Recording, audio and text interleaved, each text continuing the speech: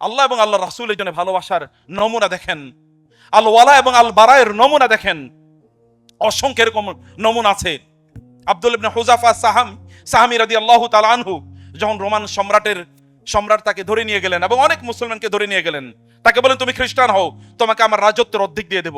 তিনি বলেন তোমার গোটা রাজত্ব যদি দিয়ে দাও, আরবের সকল রাজত্ব যদি আমাকে দেয়া হয়, তাহলে আমি আমার এই দিন থেকে এক ফোঁটা বিচ্যুত হব না। তিনি বললেন তাহলে তোমাকে হত্যা করা হবে। হত্যার জন্য বহু মহড়া দেখানো হলো, তিনি বিচ্যুত হলেন না। তিনি বললেন তাহলে তুমি আমার কপালে মাথায় একটা চুমু দাও, কেবল একটা চুমু যদি দাও তাহলে আমি তোমাকে ছেড়ে দেবো। What about my other Muslim brothers, অন্য মুসলিম ভাইদের ব্যাপারে কি? বলো তাদেরকেও আমি ছেড়ে দেবো। তিনি যখন শুনলেন তাদেরকে ছেড়ে দেবেন, তিনি কেবল ওইখানে চুমু দিলেন। ওই সময় বলছেন আল্লাহ তুমি জানো আমি এই কাফের এবং মুশরিককে না ভয় করে না ভালোবেসে আমি তাকে চুমু দিচ্ছি। তোমার এই যে আল্লাহর বান্দার মুজাহিদরা আছে না, তাদেরকে বাঁচানোর জন্য আমি একটা চুমু দিচ্ছি। আল্লাহ যদি অপরাধ করে থাকে তাহলে তুমি মাফ করে দিও। মুজাহিদ কাকে বলে? তিনি চলে গেলেন মদিনায়। আমিরুল মুমিনের কাছে সংবাদ আসলো যে এইরকম আব্দুল্লাহ ইবনে হুযাফা সাহামী রাদিয়াল্লাহু তাআলা এই কাজ করেছেন। ওমর রাদিয়াল্লাহু বুঝলেন যে লোকেরা ভুল বুঝেছে। তিনি বললেন আব্দুল্লাহ ইবনে হুযাফা আসছে, আমি ওর কপালে সবার আগে চুমু দেব, তোমরা লাইন ধরো সবাই ওর কপালে একটা করে চুমু দিয়ে দাও। ইসলামের সৌন্দর্য সে ওইখানে প্রতিষ্ঠিত করে এসেছে, ইসলামকে সে প্রতিষ্ঠিত করে এসেছে। আমাদের এরকম অসংখ্য ঘটনা এরকম আছে। ওয়া মুতাসিম, আমি অন্য শাসকদের কথা বলি, খুবই দুর্ভাগ্য আমাদের মুসলিম শাসকরা তো এখন অমুসলিমদের কাছে প্রায় সেজদা করে, এরকম একটা ভাব। ওদেরকে তারা তাদের গড বানিয়ে নিয়েছে। ওয়া মুতাসিমা, মুআবিয়া রাদিয়াল্লাহু তাআলা আনহু এর কাছে সংবাদ আসলো একজন রোমান সম্রাট একজন মুসলমানকে ধরে নিয়ে গেছে, একজন মুসলিমকে ধরে নিয়ে গেছে এবং সেই মুসলিমকে বিভিন্ন প্রশ্ন করছিল। ওই রোমান সম্রাটের তারই অধীনস্থ কেউ একজন ওই মুসলিমকে একটা থাপ্পড় দিয়েছে। এই কথা মুআবিয়া রাদিয়াল্লাহু তাআলা শুনলেন। মুআবিয়া রাদিয়াল্লাহু তাআলা আনহু এবার তার সৈন্য ওইখানে পাঠিয়ে দিলেন।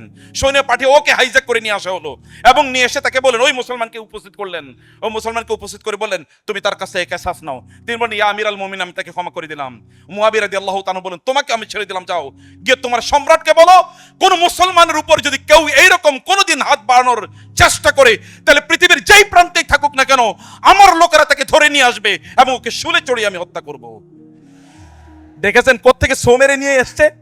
কিসের সিআই আর কিসের আপনার মোসাদ, কিসের সিআই আর কিসের মোসাদ, কোথায় থেকে তাকে ধরে নিয়ে এসছে মুসলমানের সামনে থেকে উপস্থিত করেছে। তোমার এত বড় স্পর্ধা! ওয়া মুতাসিম, একজন নারী বলেছেন মুতাসিম বিল্লাহর কাছে এই সংবাদ চলে আসলো।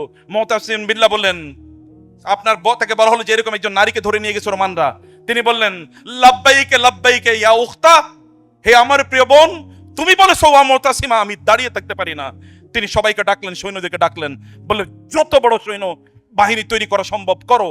এবং তিনি তার সাক্ষীদেরকে ডাকলেন, বিচারকদেরকে ডাকলেন, ডেকে বললেন আমি যদি যুদ্ধের ময়দান থেকে ফিরে না আসি আমার সম্পদকে 3 ভাগ করবে। 1 ভাগ সাদাকাকে দেবে, 1 ভাগ হচ্ছে আমার আত্মীয় স্বজনের মাঝে বন্টন করবে, আর 1 ভাগ যারা আমার কৃতদাস দাসী আছে যাদেরকে আমি মুক্ত করে দিয়েছি তাদের মাঝে বন্টন করবে। এরপরে আমি যুদ্ধে গেলাম। এখানে তিনি যুদ্ধে গেলেন, কেবল একজন নারীকে তিনি সেখান থেকে ছিনিয়ে নিয়ে এসেছেন এবং ওদেরকে পর্যুদস্ত করেছেন। আর এখন ফিলিস্তিনে আমাদের নারীদের তাদের বেজ্জতি করা হয়।